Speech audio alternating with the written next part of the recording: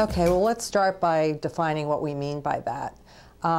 As we all know, years ago, data warehousing really came into the mainstream, and with that, there was a real focus on using these new technologies to manage large databases, to be able to better manage the information and reporting and so on and so forth.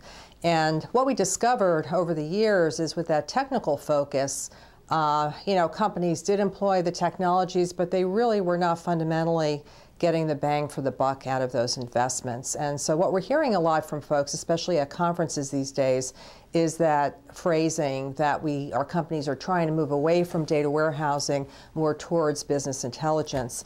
And I really believe that's kind of shorthand for saying we really need to migrate away from this technical focus and start thinking about fundamentally how we can use these investments better to support the business. So really, with that, there's certainly need to change the mental models, the paradigms away from how we have classically used information, typically around reporting, and really starting to explore some of the improved ways that we could use information, really innovating in how we're using information to better support business performance.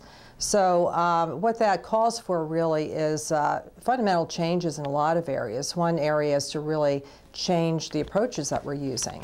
We can't continue to use reporting-oriented approaches and hope to get something else out the other end.